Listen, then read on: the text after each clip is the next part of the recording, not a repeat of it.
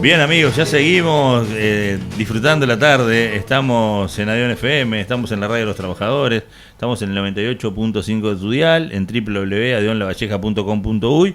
La línea de contacto es el 096-218-764.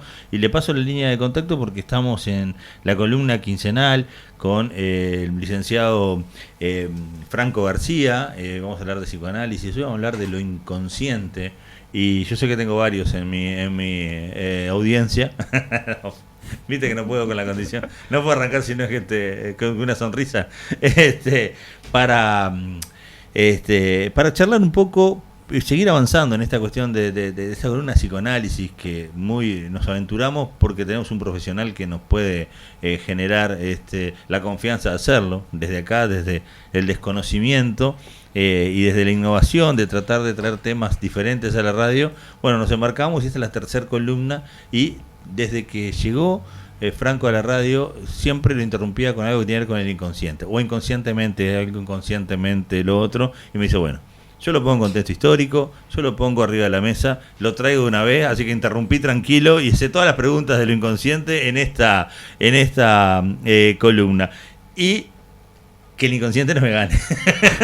Bienvenido, Franco, ¿cómo te va? Buenas tardes, Mario, y buenas tardes a todos los oyentes y también a aquellos que, primero que nada, agradecer a aquellos que hacen el esfuerzo de estar en vivo, pero también a toda la gran cantidad de mensajes y interesados que siguen el link y siguen el enlace y lo escuchan diferidamente, ¿no? También agradecer a ese interés que por ahí ha generado o provocado una columna de psicoanálisis y muchas cosas más acá en el interior, en Minas. En una radio comunitaria, con un canal de YouTube para que solamente pasan las entrevistas, son de las más vistas. Ya les digo que transformamos esta entrevista, esta grabación en modo video, le ponemos una plaquita y sale a YouTube y tiene muy buena aceptación, así que los invitamos a que nos vea, nos vea, escuche, porque sí, no es de streaming, va a haber una plaquita fija y toda la charla como si fuera radio. Lo invitamos a hacer radio en YouTube, innovadores totales. Ahora estaba pensando que, no sé si vengo acá por una cuestión de tratar de seguir un lineamiento y de tratar de poner algunas cuestiones del psicoanálisis sobre la mesa o para escuchar tus buenas introducciones, ¿no? Yo creo que estoy un poco en duda en eso. Prende la radio que lo hago todos los días. Una humildad bárbara, ¿no? Sí. Bueno, hoy mencionaste justamente algo muy interesante, esto de, inevitablemente algo del inconsciente se nos escapa o se nos mete todo el tiempo, ¿no? Por más que no querramos. Bueno, eso da un muy buen pie para lo que va a ser un poco, o intentará ser el recorrido hoy de lo inconsciente, que fue un poco como quise denominar esta columna. Entonces, quisiera desplegar un poco para poder entender la magnitud de lo que provocó Freud, este padre del psicoanálisis. Un poco hemos hablado bastante de él en estas columnas, pero Freud, al consolidar un método, desarrollar fundamentos y postulados en torno a la noción del inconsciente y justamente la importancia del inconsciente como produce los cimientos de toda una disciplina que él mismo denominó como psicoanálisis y que ocasionó una gran agitación de las ideas y a cómo nos pensamos como seres humanos. Claro. O sea, trajo, digamos, coloquialmente podríamos decir que agitó un poco como el avispero. Claro. ¿No? Sobre todo en lo que refiere a cómo nos pensamos como seres humanos, ¿no? Y para esto, a modo introductorio, me voy a servir de las 3 heridas narcisistas a la humanidad, que las establece el propio Freud. Una de esas heridas se incluye él mismo, así que podríamos estar hablando que Freud era un poco narcisista también, claro, al incluirse él mismo. Yo preguntaría quién no. Exacto, esa es una muy buena pregunta. Justamente el narcisismo es como una especie de un enamoramiento a nuestra propia imagen, ¿no? Vamos a simplificarlo por ahí porque tiene todo un recorrido extenso y es muy importante para la obra en el psicoanálisis. Pero vamos a entenderlo así, como la humanidad, digamos, se ha enamorado de su propia imagen, y cómo han habido diversos discursos, diversos momentos, diversos autores que han, bueno, sacudido justamente esa propia imagen bella, armónica, poderosa que se tenía el propio ser humano hacia sí mismo, ¿no? Una de ellas, esto lo podemos encontrar en un texto muy lindo que se llama Una dificultad del psicoanálisis, 1917, es un texto de Freud, donde él establece muy bien, creo que está un poco antes también, pero en ese texto él establece muy bien estas tres heridas al narcisismo de la humanidad, que él también las denomina afrentas al amor propio. Estamos hablando de 1917. Amor propio, un término que en esta época tiene quizás buena prensa, ¿no? Y ya como Freud en 1917 ya la tiraba un poco abajo, ¿no? Pero hoy ha resurgido con un poder muy poderoso. Esto ya puede hablar de cierto narcisismo de la época, ¿no? Que justamente no apuesta un poco más a lo comunitario o a lo colectivo. Sí, y tal vez un narcisismo más integral, no solo de la imagen, sino del soy, o hago, o puedo. Exacto. Hay incluso en todo eso una especie de imperio de la voluntad, ¿no? Uno más o menos, con decir a veces ya es poderoso, entonces uno va allí y puede con todo, y cualquier obstáculo lo puede tirar abajo, porque uno más o menos desde su propio narcisismo y de estos discursos que alimentan al narciso y autorreferenciarse al mejor, ¿no? Exacto, es un modo muy competitivo también de estar con los otros, ¿no? Pero bueno, eso ya vamos a hablar bastante de eso en otra oportunidad. Volviendo al tema, las tres heridas al narcisismo de la humanidad, o tres heridas narcisísticas a la humanidad que establece Freud. La primera es de orden cosmológica. En la antigüedad todo apuntaba justamente a que la Tierra debía ser el centro del universo, ¿no? O sea, todo giraba a su alrededor, tanto el Sol como las estrellas. Esto se llamó geocentrismo, que es justamente la Tierra en el centro de todo, hasta que llega el querido amigo Nicolás Copérnico y derrumba esta creencia y surge lo que se llama heliocentrismo, que es decir, que todo gira alrededor del Sol, ¿no? O sea que la Tierra en realidad pasa a ser como otro planeta más de un sistema mucho más grande y demás, ¿no? Pero bueno, ¿qué nos queda entonces? Bueno, nos queda que, bueno, dentro de la Tierra, dentro de las especies que hay dentro de la Tierra, y bueno, el ser humano es un ser especial, poderoso, único, ¿no? Y esto le quedaba un poco al hombre o al ser humano, ¿no? Es amo y señor indiscutido entre las especies, ¿no? Esa era un poco la creencia, hasta que llega un querido amigo que incluso estuvo por algunas tierras cercanas, que es Charles Darwin,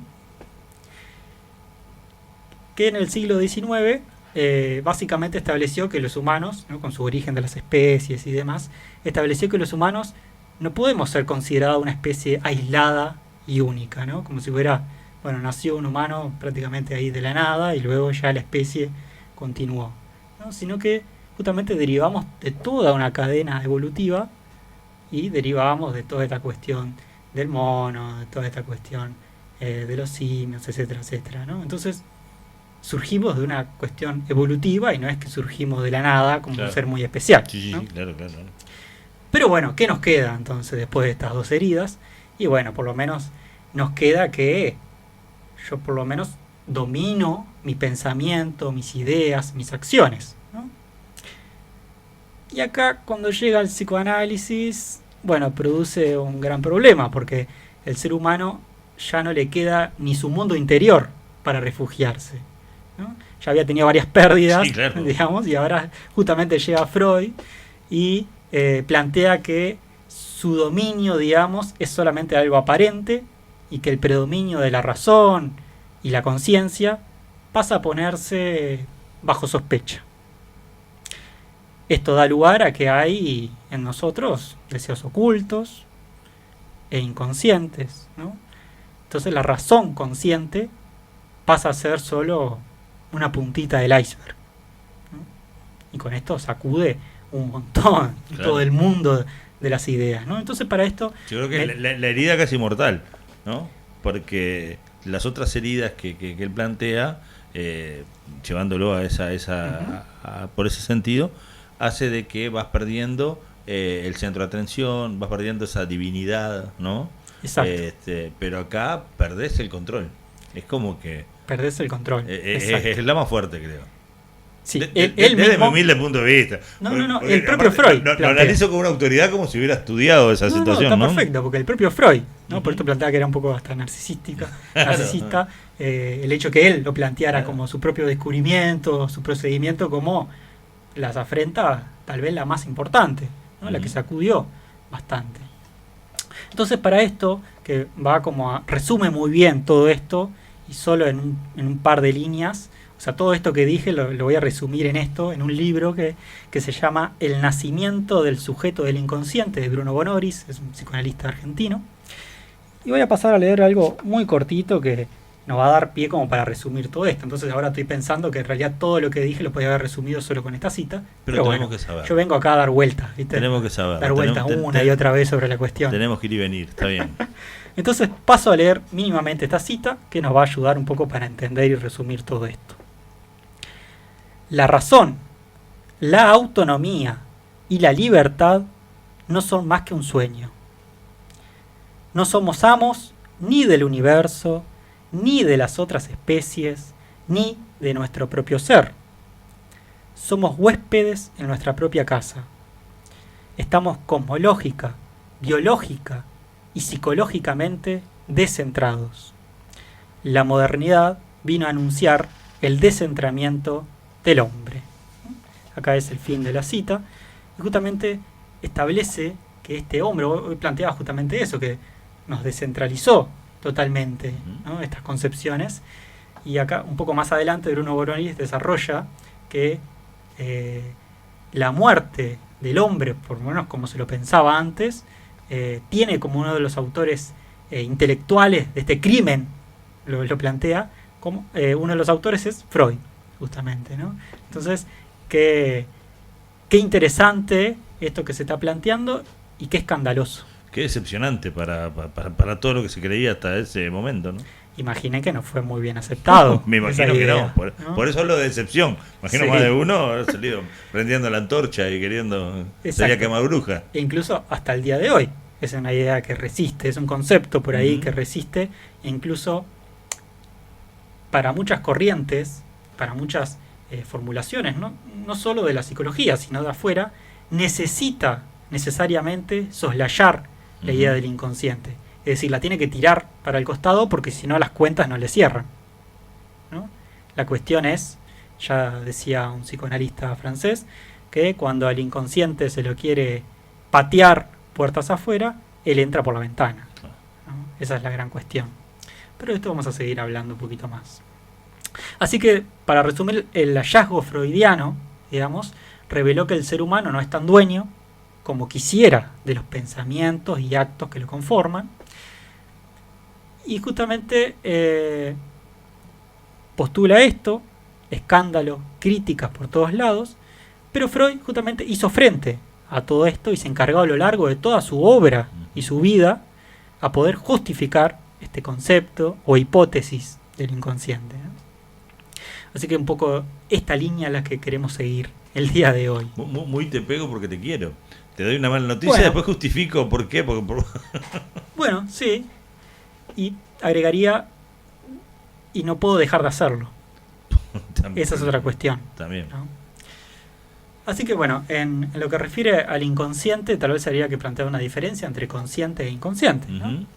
El propio Freud, en un texto denominado Algunas lecciones elementales sobre el psicoanálisis, plantea que muchos creen saber realmente a qué nos referimos cuando hablamos de lo psíquico, ¿no? Y todos coinciden, digamos, o el sentido común, todo coincide en que lo psíquico es netamente lo consciente. O sea, mis pensamientos de ahora, lo que puedo recordar ahora. Lo que domino. Lo que domino. Exacto. Lo que puedo dominar. Lo que domino. Entonces, el propio Freud, en una página más o menos 285, establece que plantear que lo consciente es netamente psíquico sería algo evidente y sería un disparate contradecirlo. Ahora bien, no puede, plantea Freud, aseverarse que con esta decisión se arroje mucha luz sobre la esencia de lo psíquico. Y atención ahora, si el pensar humano ha entrado alguna vez en un callejón sin salida, es este. ¡Pum! Se va con las dos piernas Freud ahí y dice, si la humanidad ha entrado en un callejón sin salida, es pensar que lo psíquico es solamente lo consciente. Ahí Freud dice, che, muchachos y muchachas, se están dejando una gran parte afuera, ¿no? Entonces él agrega que la condición justamente consciente no puede ser la esencia de lo psíquico, solo que es solo una cualidad, ¿no? Él plantea lo psíquico en sí, cualquiera sea su naturaleza, es inconsciente. Lo cual se la jugó toda Freud. Sí, ¿no? Claro, y como que hay como un juego de palabras para quien defiende lo otro, ¿no? Defiende ese tema de la conciencia, el control, el tener el control permanente de mí. Ajá. Exacto, la cuestión es que ya era evidente que ocurrían cosas que se nos salían del control, pero que no se podía explicar. Entonces, ¿qué es lo que se hacía? Bueno, será algo ahí que nos ocurre, pero no sabemos explicarlo. Y como la ciencia de la época no sabía explicarlo, bueno, lo pateamos para el costado, ¿no? Justamente el psicoanálisis, si se basa en algo, hasta el día de hoy, es en tomar esos restos, ¿no?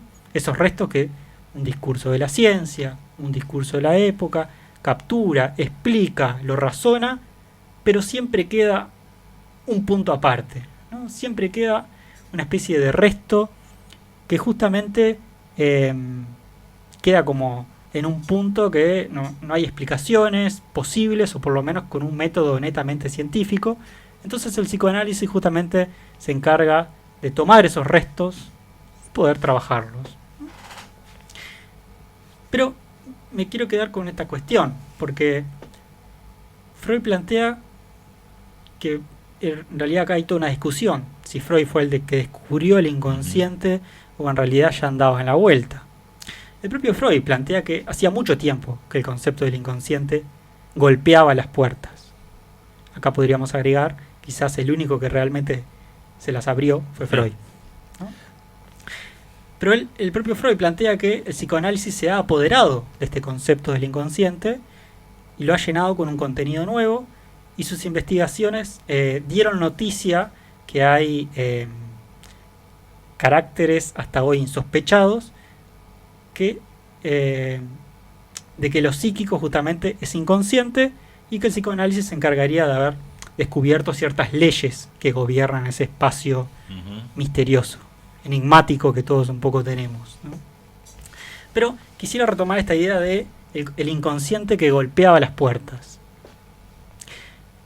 porque ya venía golpeando las puertas de que algo más fuera de la conciencia existía. Entonces acá, mínimamente para hacer un pequeño recorrido, quisiera situar cómo a lo largo de la historia varios filósofos, pensadores, ya planteaban que había la presencia de algo medio raro, ¿no? Algo que no tenía mucha explicación. Por ejemplo, Platón, en el Fedro, que es uno de sus tantos libros, afirmaba que en el alma de las personas poseía una especie de fuerza concupiscible, le decía él, o sensual, ¿no? Que agitaba un poco la cuestión de la razón ya. David Hume, que es fue un filósofo escocés, manifestaba que la razón era en todo momento esclava de las pasiones, ¿no? Es decir, ahí también la voluntad empezaba a ser siempre cuestionada por las pasiones. Algunos autores en esa época planteaban la cuestión como viciosa, ¿no?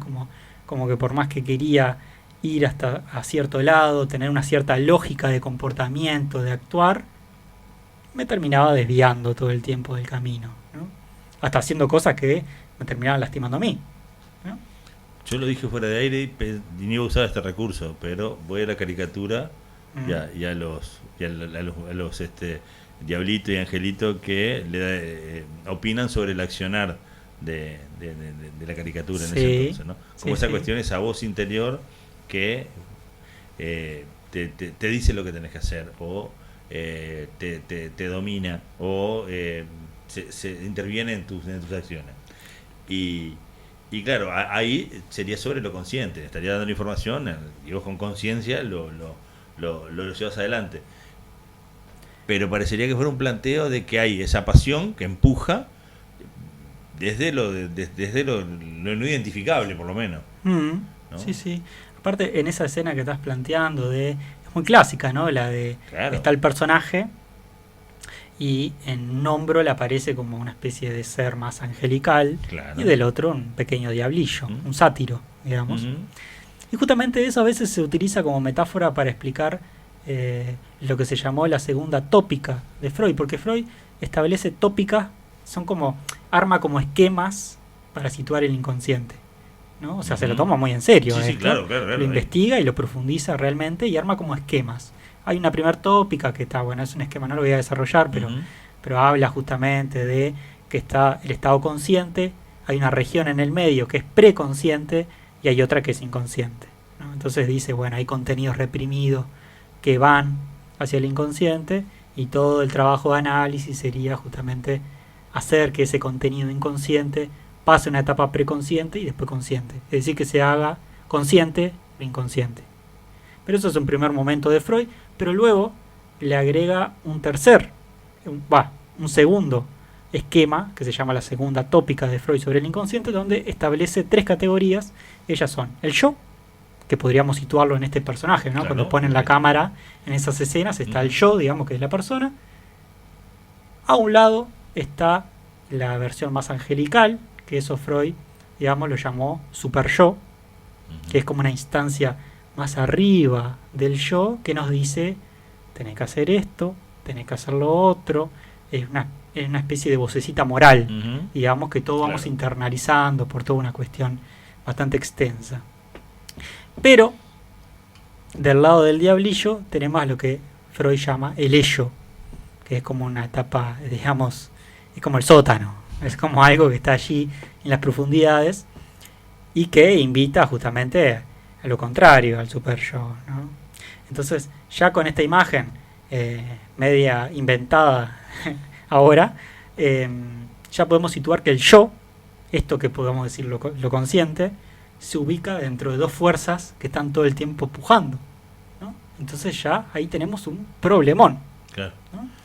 Pero bueno, esto justamente hoy no planteaba hablar de las tópicas de Freud, Pero volvemos al trillo. pero nos vamos a volver. Me pareció también muy interesante para ponerlo en imágenes. Exacto, Porque muchas exacto, veces para pasa graficarlo. de que graficando uno entra más en el tema que se viene trabajando. Pero sí está muy bien, por eso te agradezco también que la hayas introducido, porque justamente nos da cuenta, a través de esta cuestión media gráfica, de que el yo, esto que llamamos yo, está bastante dividido, podríamos decir invadido, por ciertas fuerzas propiamente psíquicas, que hacen que esta idea de armonía, de unidad, de un yo perfecto, digamos, que solo con una expresión de voluntad ya puede hacer lo que quiera, bueno, eso ya se pone en disputa. No. ¿No? Yo no quiero después medir la columna con el almanaque porque nos vamos de tiempo, pero por ejemplo, de las otras columnas que estuvimos conversando, tú manejaste hace un tiempo que previo o prácticas que también Freud usó y después descartó fue la hipnosis. Sí. Creo que con esa hipnosis se buscaba llegar a ese no consciente, por ponerlo de alguna manera, o inconsciente. Estás muy fino hoy, porque justamente diste con el clavo. Hoy estudié. Ay, sí. No, mentira. Justamente había pensado esa idea, pero todavía no la había traído, pero seguramente la iba a traer después. Que por más que la hipnosis, por ahí Freud no se adaptó a ese método, por ahí entendió que por ahí no iba la mano. Sí, y el propio Freud lo dice, con la hipnosis, al observar esos estados hipnóticos y lo que hacían y lo que decían esas pacientes, ya planteaba la idea de que, bueno, pero acá hay otra cosa. Hay otro ¿no? dominio. Lo consciente no es el único plano, ¿no? Acá hay otro que justamente luego fue denominándolo como inconsciente, ¿no? Ni meternos en los sueños tampoco, podés seguir donde estábamos. Hoy lo voy a mencionar nada más, Bien, pero bien. ahí a los sueños hay que por lo menos dedicarle una columna Bien, entera bien. para poder desarrollarla, pero sí hoy la idea es poder por lo menos mencionar las formaciones del Claro. inconsciente, es decir, cómo se nos aparece un poco en la vida cotidiana, Ni ¿no? hablar. Que por ahí es como lo más interesante, hasta lo más divertido podríamos decir, pero muchas veces trágico. Yo creo que el diablito me está diciendo y decirle esto y decirle lo otro, porque no puedo interrumpir tanto. Oye. Bueno, era la idea, que genere, que convoque, ¿no? Bueno, volviendo un poco a los autores, estos que planteaban ya la idea como de otra cosa por fuera de la conciencia, Kant, un filósofo alemán, planteaba rápidamente que había como la presencia de un oscuro yo, ¿no? Pero en última instancia, todo esto que mencioné, Platón, Hume y Kant, y una cantidad de autores más, en última instancia pretendían o planteaban que la razón consciente, podríamos agregar, podía extirpar esas pasiones que debilitaban el alma, ¿no? Acá mando yo. Exacto. Entonces podríamos plantear que bajo esta concepción el ser humano podría salvarse. Ya cuando vino Freud dijo libertad y autonomía del sujeto pasa a ser bajo sospecha. Y plantear justamente que no es la razón consciente la que gobierna al yo, sino que existe algo inconsciente, ¿no? Acá es interesante esta cuestión de bajo sospecha porque hay un filósofo francés, filósofo y antropólogo francés que se llama Paul Ricoeur, que tiene un libro que se llama Freud, una interpretación de la cultura, de 1965, que planteaba la idea de los 3 maestros de la sospecha. ¿A quién incluía como maestros de la sospecha? A Nietzsche, este filósofo alemán, a Marx y a Freud. ¿Por qué maestros de la sospecha? Porque justamente estos 3 autores centran su crítica a una forma de entender el mundo que llegaba en esos días. Rompían con lo establecido. Es decir, sí, exacto. Tenía la idea justamente de que ponían bajo sospecha lo que por ahí era evidente y no había lugar, digamos, para poner una pregunta o poner una duda, ¿no? Esto ya era una certeza científica, racional y consciente. No me vengas a romper todo con algunos cuestionamientos, ¿no? Por eso es interesante cómo este filósofo ubica a estos 3 personajes. Y justamente para poder determinar un poco la hazaña de Freud, ¿no? Y la valentía, podríamos hablar también, de haber establecido todo esto, hay que pensarlo en un contexto, ¿no? Así que rápidamente voy a establecer que el contexto en donde se ubica Freud era un contexto médico positivista, se llama, que era justamente, había toda una tradición filosófica de Occidente que nos caracterizaba como un animal racional, ¿no? Esto es como un ser dotado justamente de un instrumento privilegiado en comparación al resto de los seres vivos, que era la razón, que justamente nos hacía capaz de comprender toda la realidad, ¿no? Toda la realidad que se nos presentaba, digamos, por lo menos a nuestros ojos. Y la razón, para la mayor parte de los filósofos, pensadores y académicos, tenía potestad sobre la voluntad y el deseo, ¿no? Es decir, si armamos una especie de cuadrito, tenemos la razón arriba, la voluntad abajo, acompañada del deseo. Es decir, razón debería de dominar todo lo que es voluntad y deseo, y esto era incuestionable. Claro. Sí. Porque si vos me cuestionabas esto, tenías que ser Freud. Quiero cuidarme un poco con las expresiones, pero me cagabas la teoría, ¿no? Claro. Me cagabas las certezas, la lógica, digamos, que tenía casi matemática de que las cuentas me cerraran. Sí, claro. ¿No? Entonces, al exponer y contradecir justamente esta idea de la razón como un valor supremo, Freud se ganó una cantidad enorme de enemigos, sí, claro, y muchas resistencias, ¿no? Pues esto es interesante porque la práctica psicoanalítica desde Freud y hasta estos días está inserta en determinadas coordenadas culturales y morales, todas las tienen, pero el psicoanálisis, más que ir con la época, se para un poco de un lugar diferente a la época, podríamos decir casi contra a una época, y por eso desde los orígenes mismos el psicoanálisis es seguramente y será seguramente controversial y será sumamente criticado, pero también produce mucho. Claro. Inquieta demasiado, incomoda, ¿no? Porque hay un autor que ya lo había traído en otro momento, que es Foucault, lo voy a seguir trayendo porque es una especie de noviazgo que tengo con este autor, digamos, si podemos, no encontré otra palabra, ¿no?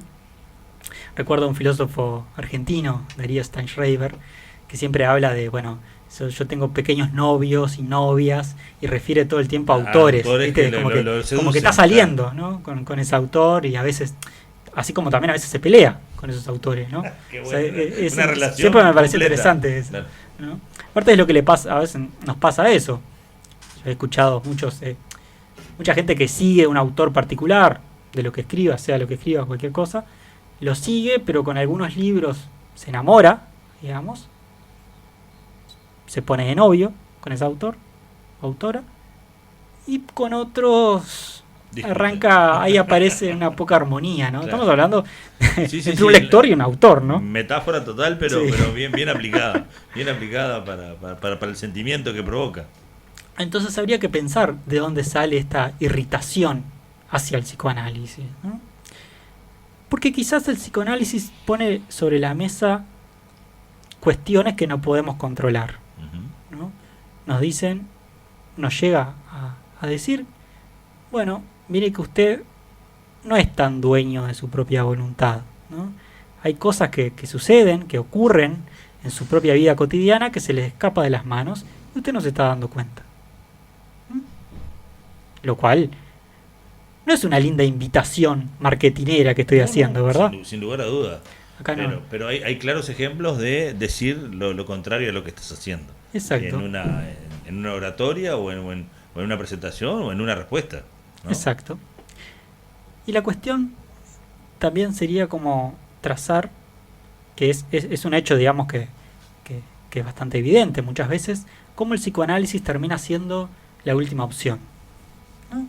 Es decir, usted ya intentó salir a correr, usted ya intentó hacer, no sé, yoga, usted ya intentó dormir 8 horas, Ujú. usted ya intentó alimentarse correctamente, usted ya intentó tirarse las cartas, ¿no? Usted ya intentó anotarse a un gimnasio para luego no ir, Ujú, claro.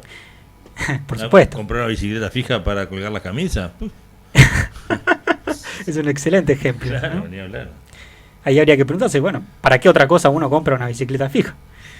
Pero, bueno, generalmente cuando ya se ha intentado todo eso, es decir, podríamos resumir, cuando usted ya hizo toda cuestión que su voluntad le permitía y vio que por ahí no era, bueno, quizás haya lugar para un analista, ¿no? Para un psicoanálisis. Quizás. Bueno, entonces podríamos decir, la vida cambia, el psicoanálisis también cambia, ha tenido varias mutaciones, pero lo que no cambia son las críticas, las rispideces, las quejas, los ensayos que se arman a favor y en contra del psicoanálisis. Es decir, sigue generando cosas y eso no es poco. Y acá, para seguir un poco con estas declaraciones de Freud, ¿no? Que se anima, que tiene determinada valentía para afrontar toda esta cuestión de la época, quisiera situar un epígrafe que se encuentra en la interpretación de los sueños. Interpretación de los sueños, un texto de 1900, es decir, que arranca en otro siglo. Así que podríamos hablar que es una especie de tiempo otro, ¿no? En este epígrafe de una obra clave, según Freud, digamos, ahora ya lo vamos a desarrollar un poquito más, pero los sueños son como una vía regia para comprobar las producciones que tiene ese inconsciente. Es un libro fundamental para pensar justamente cómo se empieza a consolidar el psicoanálisis. Pero en este epígrafe, el epígrafe es una cita que se coloca antes de una obra, antes de arrancar esa obra o antes de un capítulo, ¿no? Es como una pequeña frase que por ahí a veces condensa algo de lo que va a ser el texto siguiente, ¿no? Condiciona la lectura, ¿no? Sí, Condiciona la lectura en el aspecto de que previamente una frase te pone en contexto o en el sentido que vas a leer lo que viene. Sí, a veces la condiciona y a veces la potencia. Claro, ¿no? por Habría eso que ver cuál se sitúa. lo pone, sí. Sí. A mí me ha pasado particularmente en algunos textos escritos de situar algún epígrafe y que no es tan sencillo ubicar un epígrafe.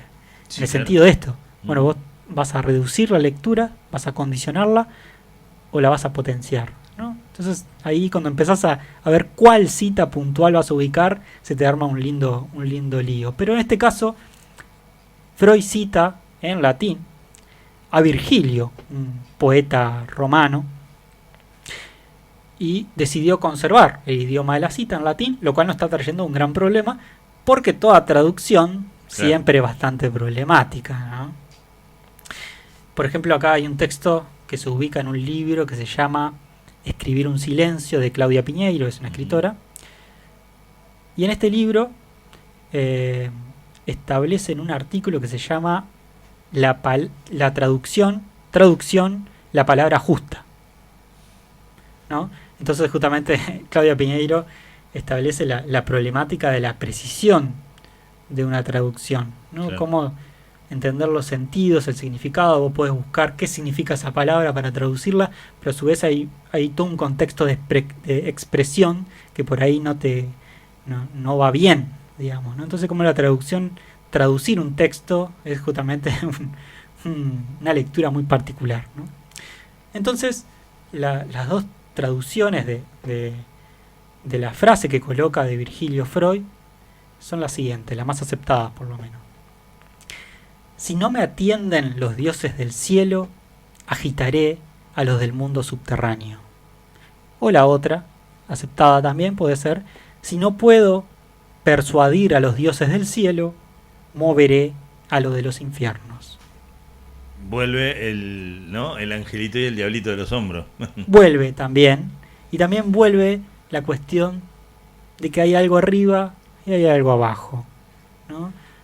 Lo cual, digamos, se puede hablar mucho de este epígrafe, pero el contexto del libro, digamos, que es la interpretación de los sueños como tal vez lo que catapulta al psicoanálisis para muchos, por lo menos en el discurso científico y académico, que Freud haya seleccionado justamente ese epígrafe que parece toda una declaración de intenciones, ¿no?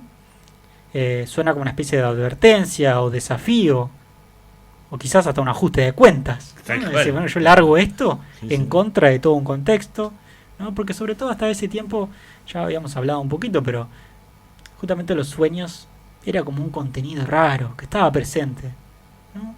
Pero por este discurso científico de la época en realidad había sido descartado, porque no lo puedo tamizar por la razón, porque un paciente me sueña una cosa, pero al otro día me sueña otra que no tiene nada que ver, y vos vas a soñar otra cosa, entonces no puedo establecer como una línea lógica con eso, ¿no? Entonces, ¿qué hago? Lo tiro para abajo. No puedo seguirlo, lo descarto. Lo descarto, o que, bueno, hagan algunas explicaciones místicas, otros discursos, ¿no? Entonces, justamente, el psicoanálisis toma estas cuestiones. Pero bueno, ya hablaré un poco más de eso. Tal vez podríamos hablar un poquito de las resistencias que le trajo a Freud, ¿no?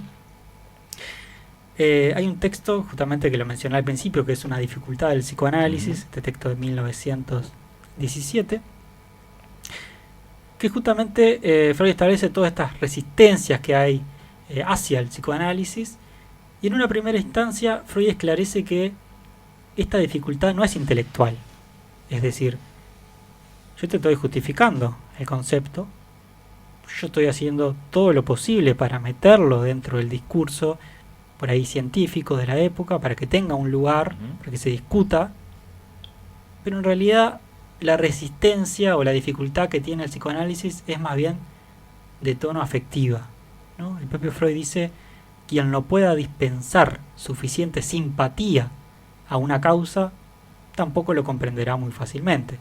Es decir, si ya vos cargás de antes con ciertos prejuicios, con cierta posición negativa, podríamos decir, bueno, difícil que lo que estés leyendo, lo que estés viendo, te produzca cierta simpatía, ¿no? Pero en realidad no es tanto por el contenido en sí, sino que ya parte de una lectura tuya que te condiciona demasiado aceptar eso que estás leyendo, ¿no? Claro. Entonces justamente Freud desarrolla que mediante esta cuestión del inconsciente, el yo no es el amo en su propia casa. Es un poco lo que citaba hoy de Bruno Bonori, ¿no? Somos huéspedes en nuestra propia casa. Obviamente, dice Freud, no es de asombrarse que al decir eso no le otorguemos mucho favor al psicoanálisis, ¿no? Y más bien querramos, vamos a estar muy obstinados justamente en rehusarlo, en sacarle crédito, ¿no? Porque nos está tocando algo muy personal, ¿no? Claro. Justamente lo que desarrolla en este texto Freud es que el psicoanálisis no solo se encarga de afirmar, comprobar y demostrar esta cuestión del inconsciente, sino que también resulta ser un material muy personal, ¿no? Y de la vida de cada quien. Entonces esto le trajo una aversión y una resistencia de parte de todos lados, ¿no? Así que siguiendo un poco esta línea, y ya vamos a entrar, por suerte, dentro de un ratito, en las formaciones del inconsciente, que son como más divertidas. Sí, aparte, más allá de lo divertido, es como esa cuestión de que provoca de, bueno, pero ¿cómo hacemos una incisión en el inconsciente y sabemos de qué trae adentro? ¿Cómo abrimos ¿no? el paquete del inconsciente y vemos de qué está relleno? Yo creo que, no sé si capaz que era demasiado, no sé si en esas palabras exactas, pero probablemente Freud se haya realizado esa pregunta, quizás a lo largo de toda su vida, ¿no? Porque esto es lo interesante también, el psicoanálisis no deja de ser un método, una disciplina viva, ¿no? No es algo ya resuelto, cerrado, rígido, sino que se sigue problematizando, ¿no? Desde adentro y desde afuera, de todos lados, ¿no? Entonces eso también es lo interesante del psicoanálisis, que produce cosas, ¿no? Una vez una docente de la facultad tenía como una especie de librero amigo, ¿no? Entonces siempre como que iba a esta librería y le decía, bueno, a ver, ya como que tenía arreglado, bueno, si le traían libros de psicoanálisis a la librería, le avisaban y ella iba. Bueno, se empezaron a realizar esa práctica durante mucho tiempo, y una vez el librero le pregunta, che, pero ¿qué le pasa a ustedes a lo que están en el psicoanálisis? De las otras cosas no recibo mucho material, pero ustedes toda la semana me traen, digamos, nuevos libros, nuevos textos, a veces son lecturas de unos párrafos de Freud o de Lacan, que es otro psicoanalista francés, o sea, como un análisis permanente, claro. O sea, ustedes están mal, ¿no? Bueno, sí, efectivamente. No se ponen de acuerdo, claro. Efectivamente sí. Pero justamente habla un poco de esto, de la teoría viva del psicoanálisis, ¿no? Cómo se sigue problematizando. Incluso, si no recuerdo mal, año próximo se realiza todo un congreso, digamos, donde se reúnen psicoanalistas de prácticamente todo el mundo, y todo eso lo reúne una frase de un psicoanalista, de Lacan, este psicoanalista francés muy importante. Es decir, solo con una frasecita de pocas palabras, con eso, solamente con eso ya se reúnen a pensar y repensar la teoría a partir de esa frase. Así que estamos hablando de un nivel de problematización bastante grande, ¿no? Lo cual eso lo hace súper dinámico también. Ni hablar. También hace que lo que estoy diciendo ahora alguien lo pueda escuchar y decir, no es por ahí. Claro, porque estamos hablando de que de esto empieza a suceder hace unos 100 años atrás, ¿no? Exacto. 1920, 1915. Sí, un poco antes. Ponele que inicia 1885. 130 años. Por ahí. Cerremos ahí las cuentas. Claro, 130 años no. ¿Quién da más? No, 130.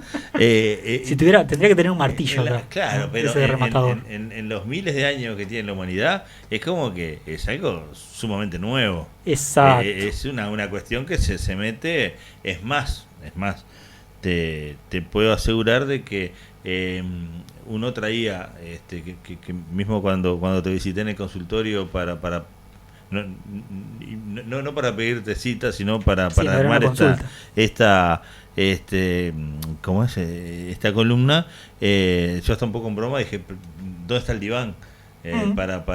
Porque parece que fuera algo muy como que, si bien esos 130 están reducidos a 3-4 imágenes que tienen que ver con la ¿cómo se dice? caricaturización del oficio que tienen ustedes, tanto los psicoanalistas como el propio psicólogo. Hay como una cuestión ahí de que me recuesto, digo algo y solucionado el problema, o empiezo a recibir los consejos para solucionar el problema. Y traigo esto de poner imágenes porque parece que esa constante evolución hace de que todo lo que la idea que tenemos está en estudio hoy, ¿no? Sí, está en estudio hoy, o sea, y no con esto voy a desmerecer todo el laburo, al contrario, es increíble que el acumulado hace de que el librero le diga, che, pero todos los días están mandando un libro nuevo, y sí, porque está en constante ebullición eso, generando diferentes opiniones o diferentes análisis que hace que hoy tengamos una columna riquísima y yo estoy esperando que abras el paquete y me veas que hay adentro del inconsciente. Bueno, pues es muy interesante lo que estás situando porque justamente hay muchos discursos y demás que dicen que el psicoanálisis ya fue. Habría que pensar, quizás no ha llegado del todo el psicoanálisis, ¿no? El psicoanálisis por ahí es una práctica que, como bien situabas, 130 años, un poquito más, no es nada para la historia de la humanidad, claro, digamos, ¿no? Es una práctica nueva, relativamente nueva. Y puede ser recurrente con lo que hablábamos de los sueños, como no lo entiendo, termino no entendiendo el psicoanálisis, lo vamos a descartar, vamos a usar otro método. Exacto, sí. Hay justamente, sobre todo desde de las neurociencias, la neurobiología y demás, esto es muy importante, ¿no? Hoy habría aclarado un par de veces que esta columna, tal vez todo el recorrido de la columna sea intentar responder un poco a qué es el psicoanálisis. Claro, ¿no? Sí, ya sea por su diferencia o por lo que podamos concretar en una especie de respuesta. Pero siempre respuesta a medias, digamos, ¿no? No hay una definitiva. Entonces ya podríamos decir que el propio Freud lo dice en este texto de 1915, que el inconsciente y demás no tiene nada que ver con el cerebro. Lo sacan del lugar físico. Lo saca justamente de lo que habíamos hablado la vez pasada, de las referencias netamente anatómicas y biológicas y ubicables en el cuerpo. Que no me saque el amor del corazón porque me tira años de tarjetas postales y no. Bueno, pero es curioso porque a veces eso que llamamos amor aparece en muchas partes del cuerpo también, ¿no? A veces incluso podríamos pensar que si lo reducimos solo a un órgano como el corazón, estaríamos haciendo una especie de reduccionismo también en claro, eso. Más allá de la metáfora que se entiende y está muy bien, pero como también, ¿no? Como pasa esto, bueno, esta idea de, bueno, me enamoro y siento mariposas en el estómago, ¿no? Entonces ahí ya no es el corazón, ya es otra región la que está ubicable como algo que produce cosas, ¿no? Pero justamente me parece importante establecer esto. El psicoanálisis no es neurobiología, no es neurociencias, no tiene que ver, digamos, con el cerebro y sus funciones más cognitivas y demás, ¿no? El inconsciente pasa por otro lado. Esto es un punto importante a aclarar. Así que te agradezco justamente tu comentario. El propio Freud dice, bueno, esto del inconsciente tiene un interés práctico, ¿no? Que justamente le permitió explicar, descubrir, clasificar muchos fenómenos que eran imposibles de poder explicar en un plano netamente consciente, si pensábamos lo psíquico nada más como consciente, ¿no? Entonces se le abrió una región, un camino, un continente inmensamente fértil de nuevos conocimientos.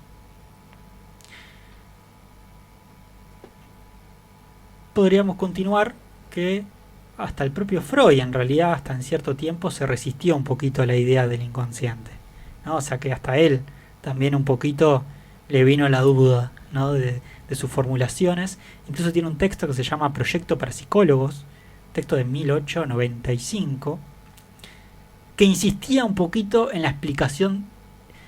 O sea, yo creo que tenía la esperanza de que todavía quedaba una explicación neurológica, ¿no? Él como médico, obviamente, con todo ese contexto científico de la época, anatómico y demás. Yo creo que él todavía, él justamente lo plantea ahí, él tenía como la esperanza de que, bueno, tal vez estos fenómenos que están ocurriendo, que no sabemos muy bien, todavía tengan una correlación neurológica, ¿no? Sí, que lo físico estuviera ahí. Exacto. Pero ya con este texto de la interpretación de los sueños, el concepto, el supuesto, dice Freud, del inconsciente llega una vez, se queda y nunca más pasa a ser discutido, ¿no? O sea que ya abandona, ya antes de 1900, todas las explicaciones anatómicas cerebrales, podríamos decir, ¿no? O sea que hace mucho tiempo. Y aún todavía quedan ciertas ideas de que el psicoanálisis tiene que ver con las neurociencias, ¿no? Lo cual ahí, cómo siguen esos supuestos, esas ideas de que el psicoanálisis está como pegado a esa noción, ¿no?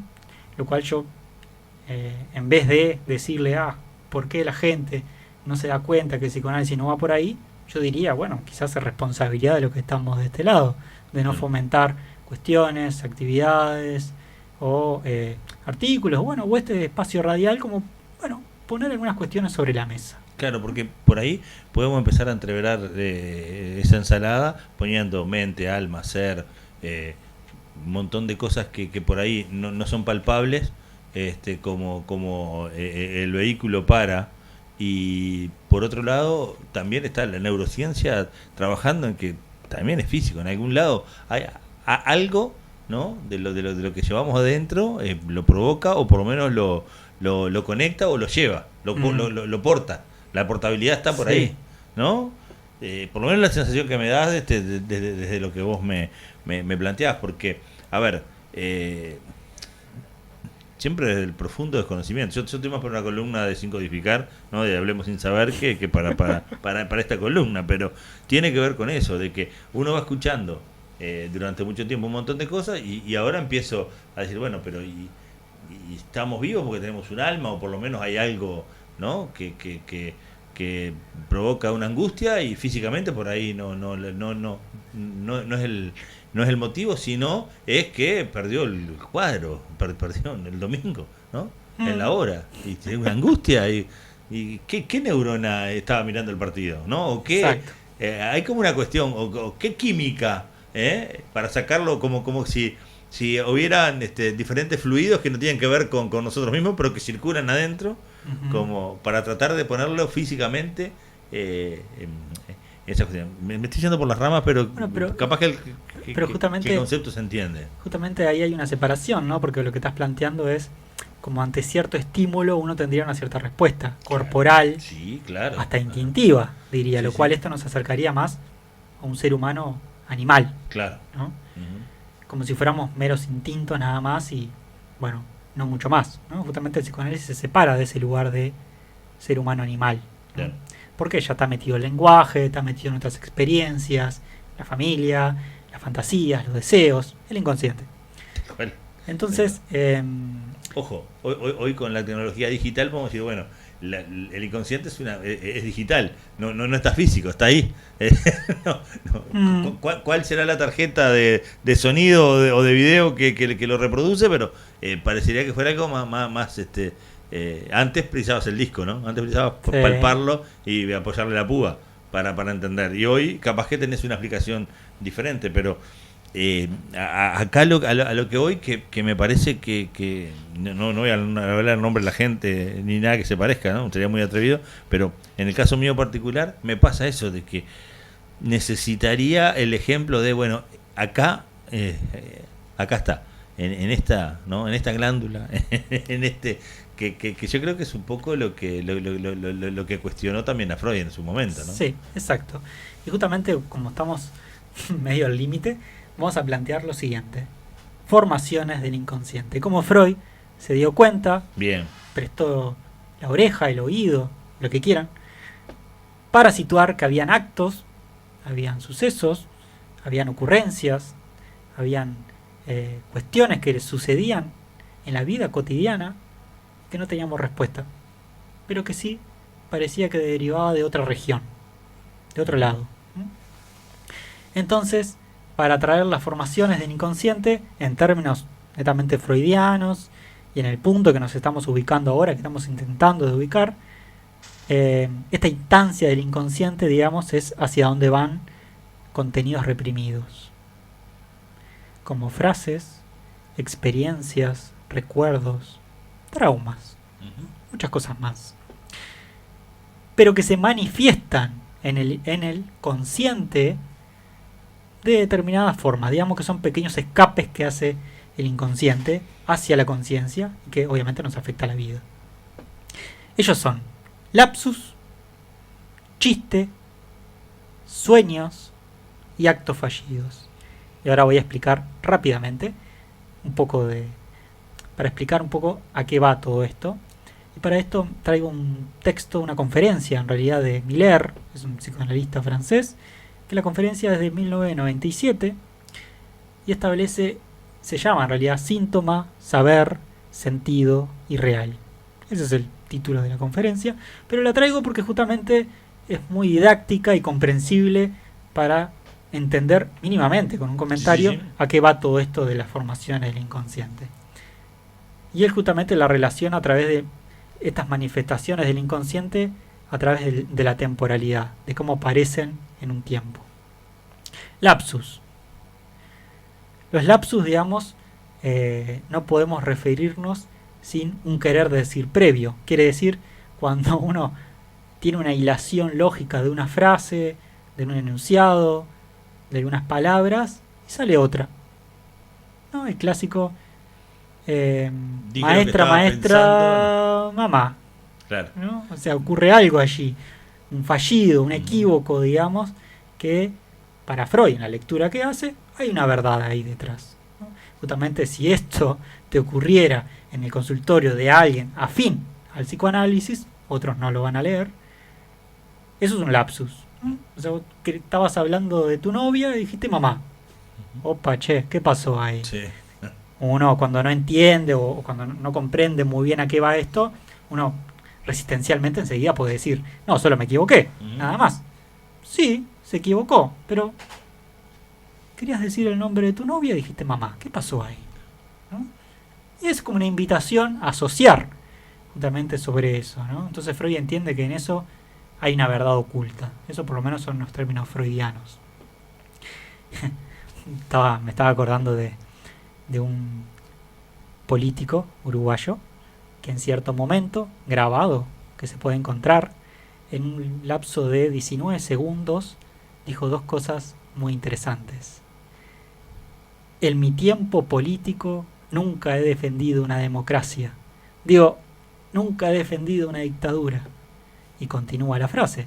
En mi vida siempre he condenado una democracia. Una dictadura, ¿no? Dos veces.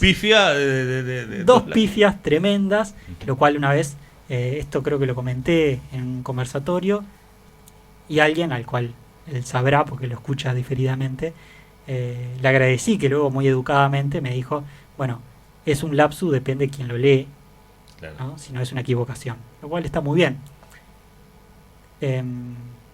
Uno podría decir, bueno, sí, se equivocó, pero en este caso si esto ocurriera, digamos, en el consultorio, alguien afín al psicoanálisis, y si esta persona estuviera en análisis, eso no lo leería solamente y simplemente como una equivocación, claro. Sino, creo que no precisa decir quién era este político, está bastante, me parece un poco claro.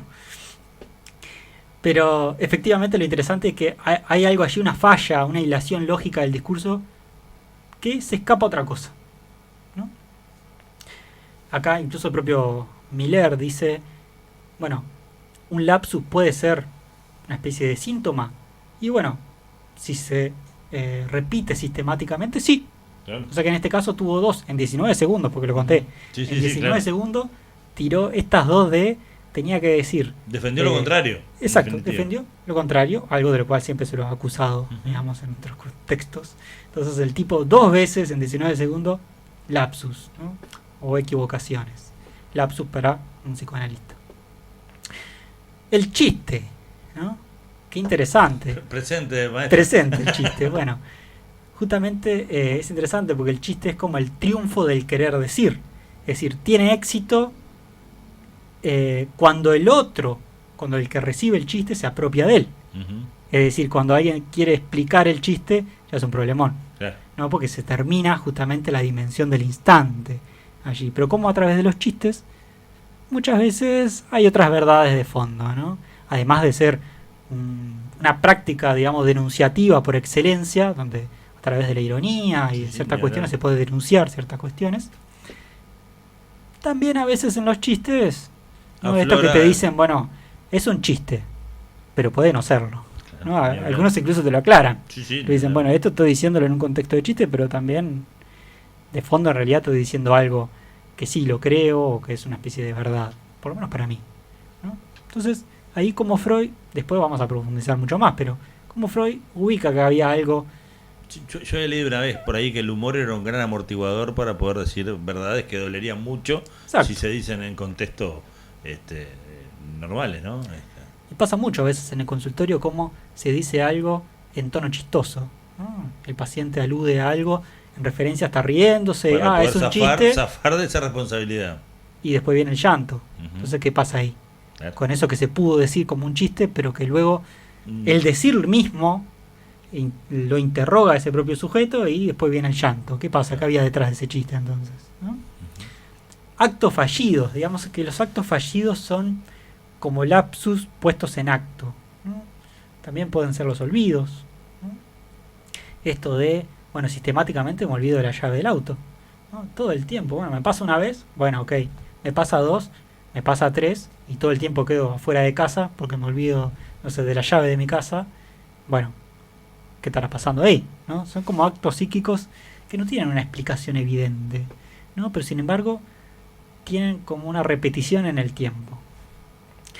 Y lo otro que se ubica como inconsciente son los síntomas, ¿no? Algo que hemos hablado bastante, estas quejas, estas cuestiones por lo cual en realidad llegan un poco al consultorio, ¿no? O sea, me pasa tal cosa, no sé por qué. Porque si a uno le pasara algo y sabe por qué, estaba la solución, buscaba la solución no sé por qué iría a un consultorio, claro, ni hablar, ¿no? Entonces a veces nuestro trabajo es, bueno, empezar a poner una pregunta allí, ¿no? No tener la respuesta porque anticipadamente yo no sé esa respuesta, pero sí la podemos ir construyendo en medida de, a veces justamente llegan con algo puntual y obviamente eso se ramifica en una cuestión bastante extensa, ¿no? Pero lo interesante del síntoma es eso, ¿no? O sea, si vos supieras efectivamente de qué trata, no perdería un poco de sentido ir a un consultorio, ¿no? Pero es interesante cómo Miller establece esta cuestión. Ya rápidamente con esto ya me parece que tenemos que ir cerrando. Pero me parecía interesante traerlo hoy porque Miller justamente pone a pensar estas formaciones del inconsciente a través del tiempo, ¿no? Tanto el lapsus, cuando digo una palabra, suplanto una palabra por otra, tanto el chiste, digamos, son cuestiones instantáneas, ¿no? Son rápidas, ocurren ahí. Sin embargo, el síntoma, aquello que pueda ser síntoma, tiene que ver con una duración y una permanencia, ¿no? Es decir, pero, bueno, por ejemplo, con una situación chistosa, ¿no? Uno puede decir, bueno, pero el chiste, ¿no? Que hay una expresión alemana que se llama Witz, que sería como la chispa, ¿no? Viste que el chiste tiene que tener un poco de eso, ahí, ¿no? Es como un latiguillo rápido, ¿sí? Entonces podríamos pensar a alguien cómo el chiste puede ser síntoma. Y bueno, imagínate a alguien que todo el tiempo tenga que estar haciendo chistes, ¿no? Que invente todo el tiempo chistes en tu cabeza hasta que en un momento alguien le puede decir, che, ahora te estoy hablando, o sea, no quiero que me tires un chiste cuando te estoy contando que me quiero divorciar, ¿me entendés? Como también la repetición justamente de estas formaciones del inconsciente pueden hacer los síntomas, ¿no? Y un objeto posible para poder trabajarlo en un consultorio y ponerle algunas preguntas, ramificar algunas cuestiones, asociaciones y poder pensar. Yo creo que un consultorio es un lugar donde se hacen preguntas, se hacen lecturas también, pero uno va allí a pensar y a pensarse, ¿no? Y eso tiene efectos. Bueno, creo que por hoy podemos dejar por acá y me quedó una enormidad de cuestiones. Sí, me imagino que sí. Tuviste muy interrumpido porque me parecía que habían cuestiones que podríamos decir que hoy fuiste mi inconsciente, sí, interrumpiéndome permanentemente. Y sí, jugué ese rol. Me puse la camiseta del inconsciente sin duda. Tal vez lo hago más seguido de lo que parece. Franco, te espero en 15 días. En 15 días estoy. Capaz que seguimos un poco profundizando estos temas que quedan pendientes siempre por las interrupciones. Bien, y obviamente siempre estar disponible, digamos, el espacio para preguntas, consultas, recomendaciones. Agravios no sé si aceptamos, pero sí alguna crítica. Pero hacemos como con los sueños, los descartamos. Hacemos que no están, Claro. hacemos como si no están. Ni hablar. Lo pueden escuchar por YouTube también, en el canal de Tarde o Temprano, va a estar subido en la noche o mañana a primera hora. Que tengan buena jornada, por nosotros ya nos vamos. Franco, en 15 días te espero con todo ese material hermoso y con todo lo nuevo que surja en estos 15 días sobre el psicoanálisis. Exacto. Saludos. Que pases bien. Vamos a la pausa y nos vamos. Chau, chau.